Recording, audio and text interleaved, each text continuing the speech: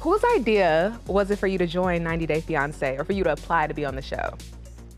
They call me the Kris Jenner of this family. Okay. The boss, the momager, the wifager. We refer to her as Boss Babe, but you know. Oh, yeah.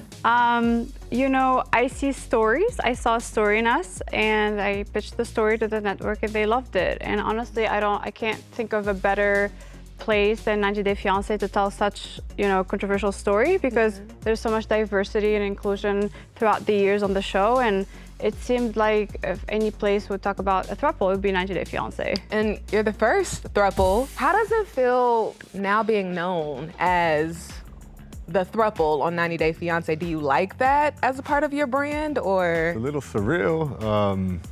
I never thought we would ever go on the show. We watched it as fans for many years. Okay. And now to be the first throuple on the show is surreal, but it's also scary because the fan base of 90 Day Fiancé is intense, and Loyal this fans. is Loyal.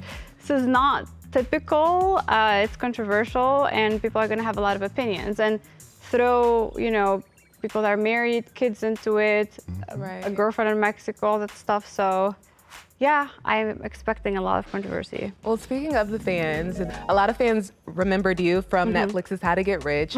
What do you say to those viewers who feel as if you just joined 90 Day Fiancé for fame and not really to tell your authentic story? So we went on the Netflix show because we actually genuinely wanted to get better at managing our finances, and we've grown so much from the show. Honestly, and Matt can attest to this, I thought I would never do another show. Right. Like, we were very hesitant. In fact, when I reached out to 90 Day Fiancé, I chickened out after, and I was like, I really want to stay low-key. I don't want it to be in, you know, in the internet anymore. And they kept calling us for like 3 months straight. We didn't want to do it. We chickened out. But I was like, you know what? I really want to tell our story.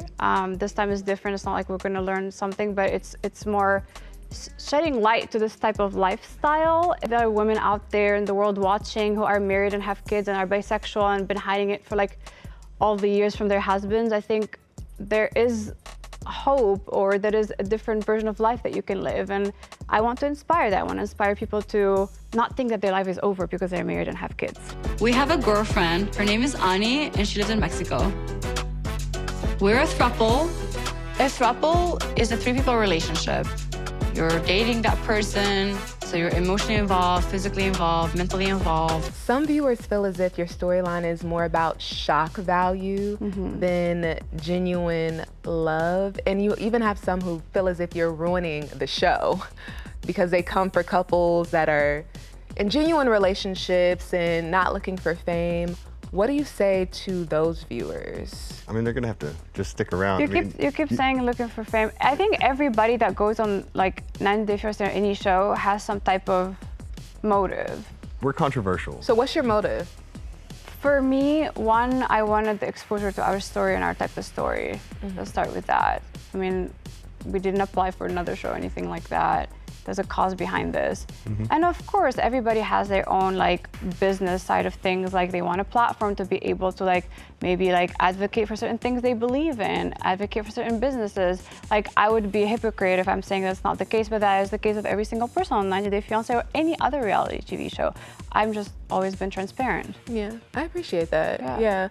I think a lot of the OG fans remember it when it wasn't about the social media platform and using it to also elevate in your business. So those are the fans that are kind of like... The show changed us in general throughout the years, over the last 10 years, like season 1 to 2 or 3 compared to the last 3 years or whatever.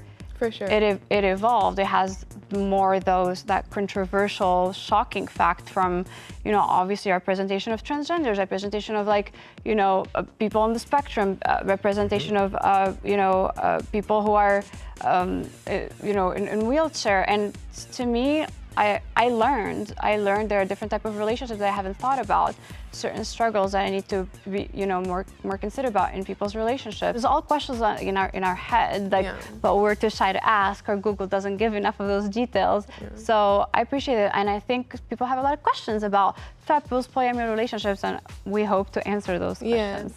Same, I agree. I love that part about 90 Day Fiancé. You do learn a lot about experiences that you might not dabble in yourself or Exactly. yourself, but I get that part. I think a lot of viewers just want to make sure the authenticity stays, and I can understand that as well. Are you not telling people you're in a serious relationship? Do you tell people you are in a serious relationship, yes or no? Please answer my question. No. Honey. Done. Come Really? on. No, I am done. Honey.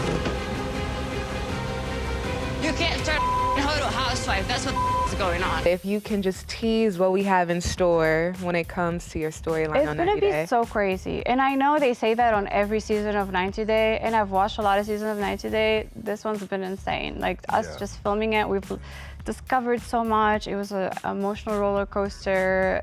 It was insane just making this season. I can't imagine watching it, so. Have you been watching it back? I mean, yes, we watch it when y'all watch it. We don't see anything ahead of We don't time. know anything before. I mean, we know how it unfolds because we lived it, but